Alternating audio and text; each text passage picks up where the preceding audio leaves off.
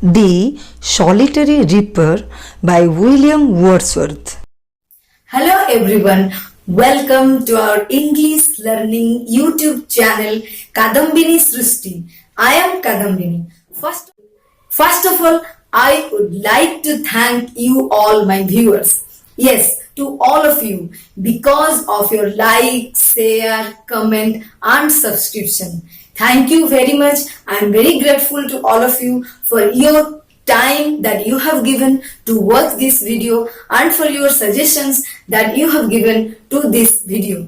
So your suggestions are my assets. ଆଜିର এই lockdown ଆଉ ସଟଡାଉନ ସମୟରେ ଦଶମ ଶ୍ରେଣୀର ପିଲାମାନେ ଘରେ ବସି କିଭଳି ଇଂଲିଶ ବିଷୟ ଗୁଡ଼ିକୁ ସହଜରେ ବୁଝିପାରିବେ ସେଥିପାଇଁ ମୋର ଏହି ଭିଡିଓ ଗୋଟେ ପ୍ରୟାସ ମାତ୍ର। ତେଣୁ ଗୋଟିଏ ରିକ୍ୱେଷ୍ଟ ଆପଣମାନଙ୍କୁ, ଯଦି ଆପଣଙ୍କର ପାଖରେ କିଏ ଦଶମ ଶ୍ରେଣୀ ପିଲା ଥିବେ ଯୋଉମାନେ ଘରେ ଟ୍ୟୁସନ ଯାଇପାରୁନାହାନ୍ତି, ସ୍କୁଲ ଯାଇପାରୁନାହାନ୍ତି, ତେବେ ଆପଣ ସେମାନଙ୍କୁ କହିପାରିବେ ଏହି ଭିଡିଓ ଦେଖିବା ପାଇଁ। ତ ଆଉ ଗୋଟେ କଥା ମୁଁ ଏଠି କହିବାକୁ ଚାହୁଁଛି, ପ୍ରାୟ ଅଧିକାଂଶ ପିଲା ମଧ୍ୟ କହିବେ ଯେ ମ୍ୟାଡାମ ଖାଲି ଇଂଲିଶରେ ହିଁ କହୁଛନ୍ତି, ତେଣୁ ଆମେ ବୁଝିପାରୁନା।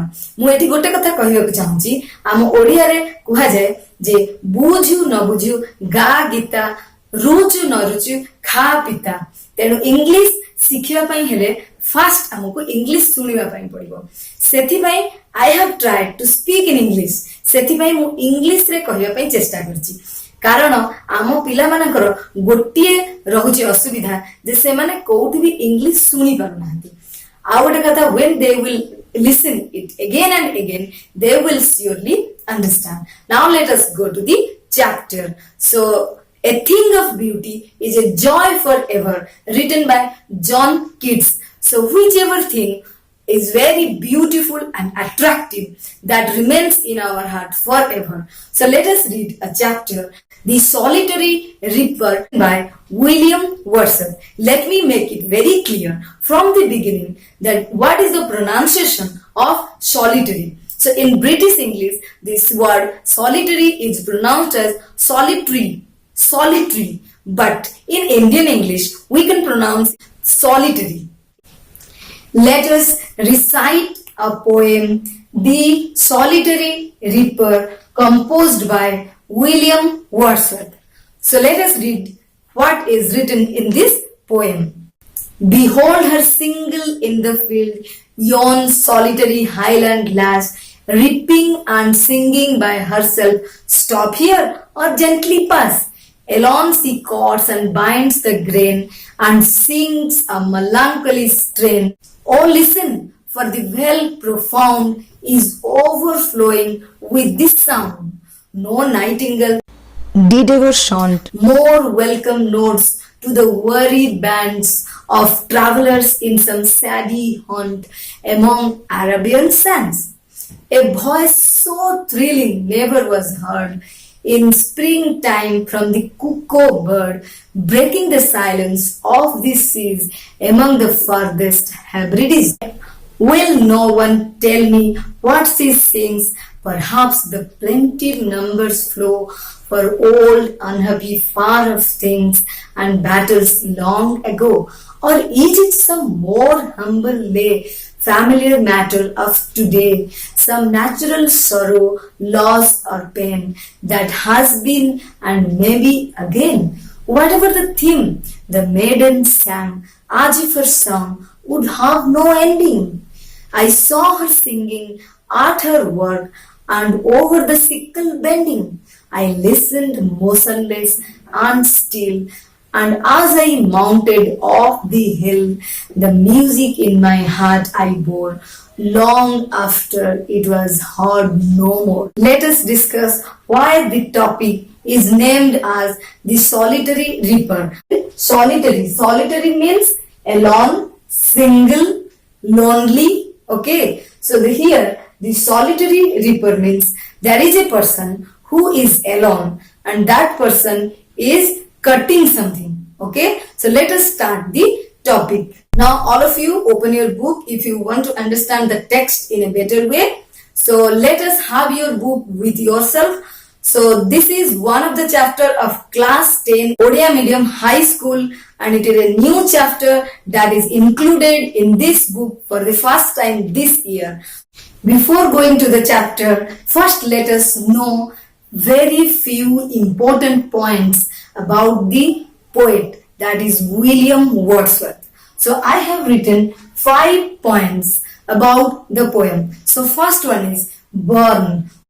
William Wordsworth was born on 7th April 1770. Okay, and the second point, died. William Wordsworth died on 23rd April 1850. William Wordsworth lived in Cockermouth in the Lake District of England. Next comes, what did he love? Wordsworth, William Wordsworth, the great poet, the eminent poet, the famous poet, he loved nature. Though he was a lover of nature, so he wrote in most of his poems about nature and the ordinary men and women in their ordinary language.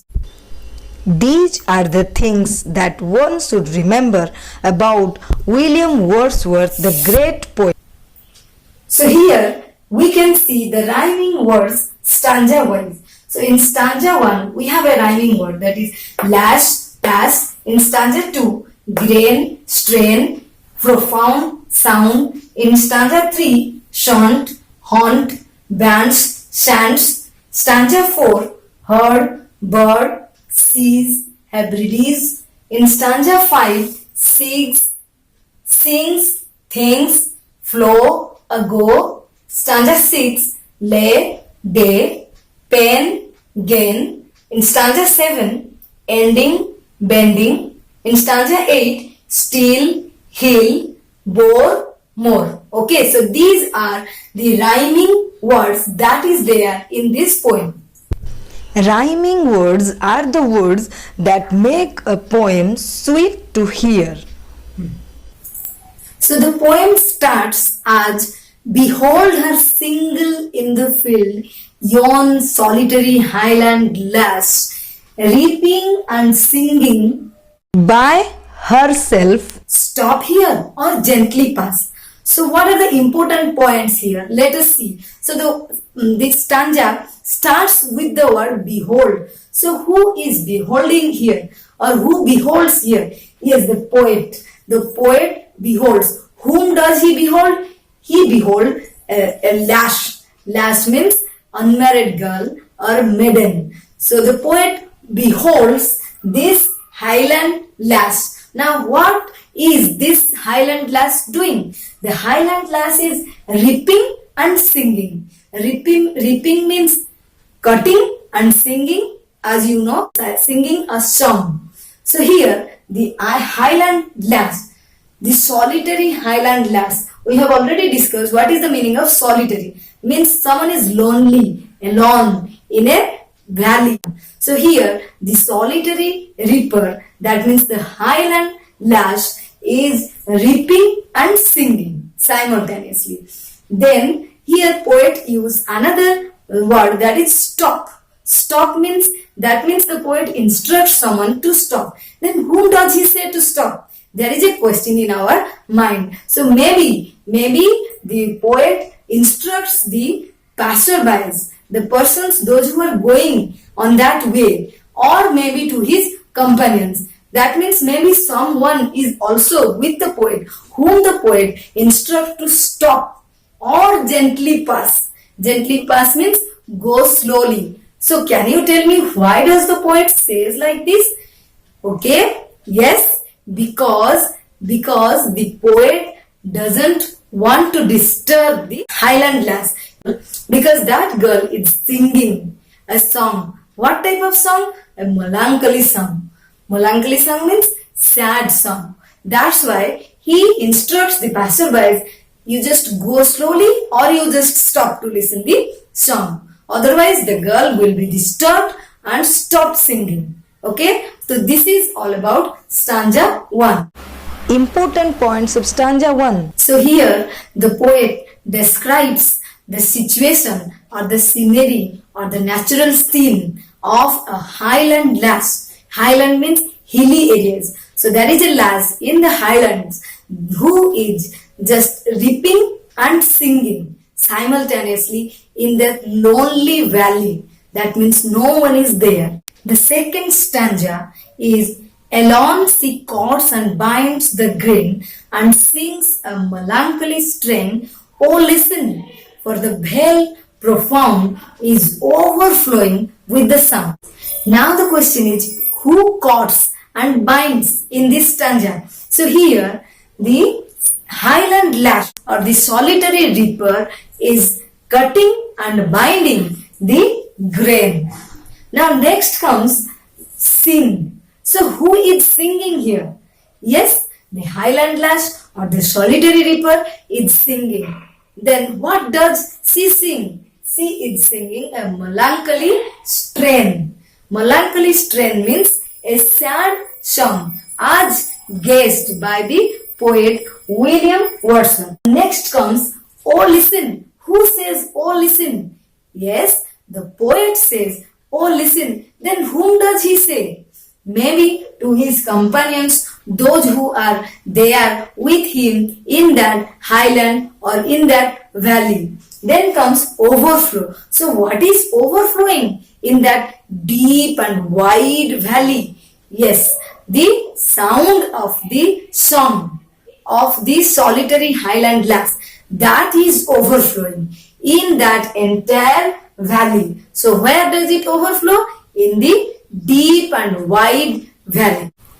The third stanza is no nightingale did ever shunt more welcome notes to weary bands of travelers in some saddy hunt among Arabian sands. Okay, so here this stanza, what does it explain? So let us start from shunts. So here this shunt means chant. Chant means to sing. So who is singing? According to the poet, the nightingale is singing. Then what is a nightingale? It is a bird that sings very sweet song, or its voice is very sweet to hear.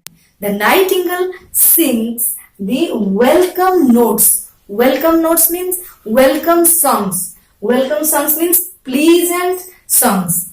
Then the question is, for whom does the nightingale sing? Yes, the nightingale sings for the weary, means the tired travelers, those who are traveling from one place to another due to some reason. Okay, next comes, where does this nightingale chant or sing this song to the weary bands? The nightingale sings this song in saddy haunt. So what is a saddy haunt? Saddy haunt is a place where we can find water and trees in desert. Yes, in desert it is very difficult to find water and trees. But this is a place where we can get water and trees, and it is known as the oasis. Then in which place particularly? It refers to the Arabian sands. Arabian sands means the desert of Arabia. So according to the poet, this is the situation, or this is the place where the nightingale sings pleasant songs to the weary bands. On these points, generally questions come in the examination. So try to remember these points. Let us go to the fourth stanza. So the fourth stanza is a voice so thrilling never was heard in springtime from the cuckoo bird, breaking the silence of the seas among the farthest Hebrides. So here, what does the poet says? This stanza is a comparison of the sweet song of the highland solitary reaper and the cuckoo bird. No doubt the sound or the music of the cuckoo bird gives immense pleasure to us during the springtime. But the sound or the song of the pleasant notes of the solitary reaper is more thrilling than the song of this cuckoo bird, and this thrilling sound that breaks the silence of the sea. The music of the solitary highland lass has the power to break the silence of seas and also the farthest areas, that is Hebrides. Okay, because her sound is very thrilling. Here, Hebrides means the islands lies to the northwest of Scotland. Don't skip the video, watch it again and again for your understanding. Stanza 5 and 6, both these two stanzas expresses the same theme. So I want to discuss these two stanzas in a single word. Will no one tell me what she sings? Perhaps the plaintive numbers flow for old, unhappy, far off things and battles long ago. Or is it some more humble lay, familiar matter of today? Some natural sorrow, loss or pain that has been and maybe again. This is the stanza 5 and 6. So what does the poet wants to explain in these two stanzas? So the question is, what is the theme of the poem that the solitary reaper is singing? So here the poet is just guessing. So there is no one to tell him the actual meaning or the theme of this song. So he himself guesses. These are the things that may be the theme of the song. So first he says the theme of the song of the solitary reaper. So the first one is the plaintive numbers, means maybe it is a sad music or sad song of what type of sadness? Maybe it is a old unhappy song, or maybe something for far off things, or maybe about some battles that was fought long ago. So these are the possibilities that came to the mind of the poet. That may be the theme of the song that the solitary reaper is singing. In stanza 6, the poet says that the theme of this poem may be a humble lay. Humble lay means an ordinary song that expresses the ordinary men and women using their ordinary language. These two stanzas are very important and questions come from these two stanzas in examination. Let us discuss or recite stanza 7. Whatever the theme, the maiden sang, as if her song could have no ending. I saw her singing at her work and over the sickle bending. So here the poet explains this song. Now the poet gave us the idea of guessing what may be the theme of the song. And now he comes to another point, that whatever may be the theme of this song, but the song has no ending. And simultaneously, the solitary highland lass is singing while working in the field. With that, the solitary reaper is bending his sickle, working. Working means cutting. So here is a word used, sickle. Sickle means a tool used for cutting the paddies or grass. आमे 10th class रो अन्य विषय गुड़िकर video मध्य बनैचु, आपण चाहिए ताकु description box रे link रु देखि पारि. Now comes stanza 8. I listened motionless and still, and as I mounted off the hill, the music in my heart I bore long after it was heard no more. So what does the poet explain here? So here, who is motionless and still? Yes, the poet is motionless and still. Why does the poet become motionless and still? Yes, when the poet heard the sweet song or the unending song of the highland lass, he became motionless and still. At first, the poet stood motionless and still at one place, but After some time, he mounted off the hill. Gradually, the sound becomes faded and he bore or carried the song in his heart. But when he became or when he went to a distant place, the song was heard no more, but it was there in his heart forever. If you like the video, then click on the like button, and if you want to give any suggestion, write it in comment box. The thing which is beautiful, attractive and heart-touching that remains in our heart forever. So before going to an end, let us see in this poem some old English and also some short versions. In some places V is omitted, like whenever here V is not there, in this way, or over V is not there, and yon means over there. It is a old English. This is the young girl, lash, and then maiden. These three words, they depict a single person, that is the Highland lass. The solitary reaper's song is also compared with the sweet song of nightingale and the cuckoo. These two are the very sweet voiced birds. The synonyms used for songs are numbers, strains, and notes. Numbers, strains, and notes. So hope you understood the chapter. It's just a trial to make the easiest way to make you understand the English chapters. So very soon I will come with a new video, with a new chapter. Till then, stay safe, stay home. Goodbye. Thank you.